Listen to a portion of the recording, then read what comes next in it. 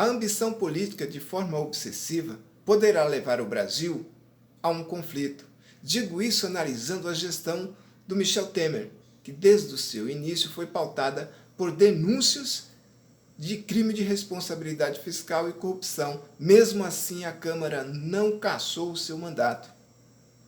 Claro, ele tinha uma relação muito boa com a Câmara. Ele conviveu naquela casa e presidiu por inúmeras vezes. Assim como ele tem uma relação boa com o mercado, uma relação boa com o setor acadêmico e jurídico.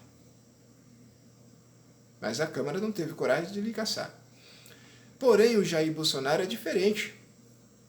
Bolsonaro não tem uma relação boa com a Câmara, Bolsonaro não tem uma relação boa com o mercado, Bolsonaro não tem uma relação boa com o meio intelectual, com o meio jurídico. Mas ele é o diplomado presidente. Ele é o chefe das Forças Armadas. Então, essa ação do presidente da Câmara de transformar o parlamento brasileiro em governo, ou seja, colocar como regime parlamentarista, poderá uma hora esse homem que não é muito equilibrado, Bolsonaro, se revoltar. Porque o que é esperar de um homem que provoca as autoridades mundiais, as autoridades brasileiras, ao dizer que a Organização Mundial da Saúde está equivocada, as secretarias de saúde dos estados estão equivocadas, os governadores estão equivocados, o seu ministro da Saúde está equivocado, e ele sai na rua dizendo que coronavírus é uma gripinha e pedindo o povo para voltar, e inclusive assinando decreto para voltarem ao trabalho. Esse homem é desequilibrado. Então, baseado nesses fatores, é de se preocupar. Porque, veja bem, as principais ações do governo, as reformas, ela passou pela Câmara e pela pasta. O presidente não teve nenhuma articulação com a casa. Exemplo da reforma da Previdência. O Rodrigo Maia tratava direto com o Paulo Guedes, porque estava cotidianamente em conflito com o Jair Bolsonaro, que não entende bolufas de nada, nem governo, nem Câmara, tanto que ele ficou 30 anos na Câmara, nunca participou ativamente de comissões, nunca presidiu comissões nenhuma na Câmara, então ele não sabe política. Mas é perigoso, pelo fato de ser o presidente. Não estou falando que ele é perigoso de sair matando A, B ou C, nada disso. Eu estou falando nos atos impensados dele que poderá inviabilizar a democracia brasileira. Então veja bem, Rodrigo Maia tem se intitulado como interlocutor das principais lideranças do Brasil na construção de uma chapa forte para contrapor o bolsonarismo.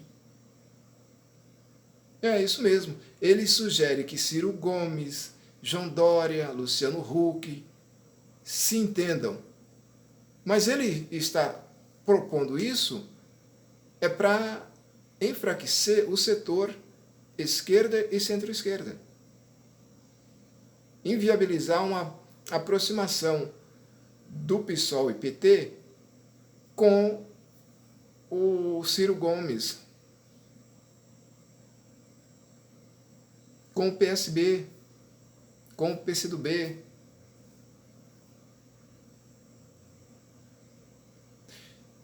Mas o senhor Rodrigo Maia deveria conversar com as Forças Armadas, Porque Jair Bolsonaro não vai querer se afastar, jamais ele vai se afastar para o Mourão assumir. Por mais que seja pressão de todos os lados do mercado, ele não vai cometer esse ato. É mais fácil ele dividir as Forças Armadas, provocar. Ele não tem noção do que faz. Ele é chefe do Estado, ele poderá falar, eu vou entregar agora, entregar para as Forças Armadas. E daí o risco. É claro que as Forças Armadas, na sua imensa maioria, não vai cair nessa. Eles querem um Estado firme, com a democracia sólida. Isso as Forças Armadas querem. Mas e se alguns pegarem, alguns como a cabeça do general Heleno?